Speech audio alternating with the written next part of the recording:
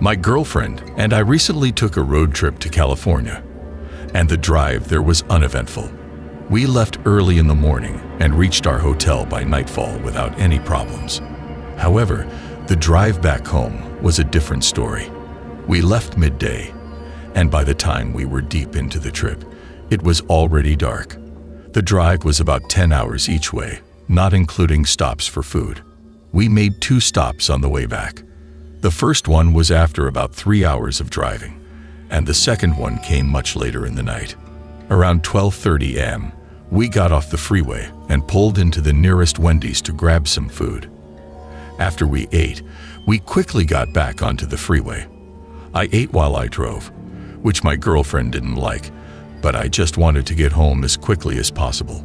Not long after, it started to rain, and my girlfriend insisted I pull over because she didn't want me eating and driving in such poor conditions.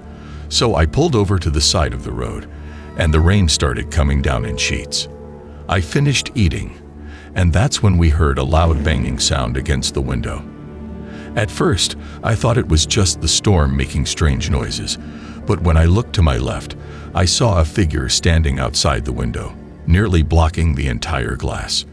My girlfriend shrieked in panic, and I nearly had a heart attack. I didn't want to roll down the window because of how hard it was raining, but the noise of the rain was so loud that I couldn't hear what the person was saying. I cracked open the door slightly and shouted out to the person, who turned out to be a woman. She was completely soaked and looked disheveled, scared, and in distress. She asked for a ride, and in that moment, I wasn't sure what else to do but let her in, especially considering the conditions. I told her to get in the back seat. My girlfriend shot me a look that I can only describe as one of disbelief, almost like she was questioning my decision to let this stranger in the car. I asked the woman where she was heading, but she didn't answer. My girlfriend gave me another look, and I could tell she wasn't comfortable with the situation, but I tried to brush it off. I turned around to ask the woman again, but when I looked at her, I noticed something unsettling. She wasn't looking away or avoiding eye contact. She was staring at me, her face cold and expressionless. It wasn't a neutral look.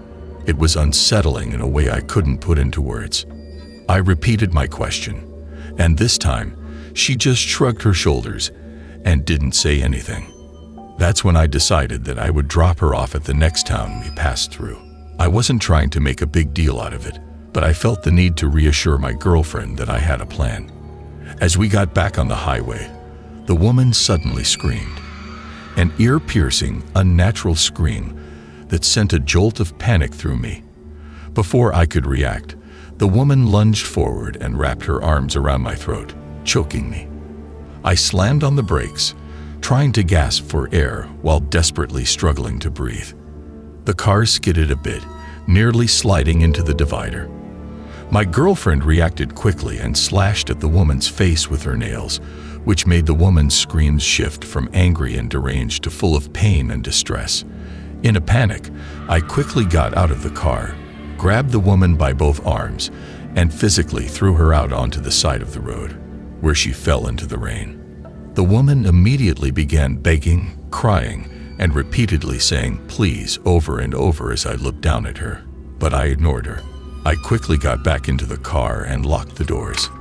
As I drove off, I could hear bangs on the window and the woman's screams again. But this time, her screams were no longer a threat. They sounded more like the cries of someone completely unhinged, like a mental asylum patient. I kept driving, trying to keep my cool. Once we were some distance away, my girlfriend immediately called the police and reported the woman, describing her as suspicious and unstable. We didn't stop again after that. We drove straight home, both of us still shaken by the incident, but I didn't want to dwell on it longer than I had to. I just wanted to forget about the whole thing and get back to our normal lives.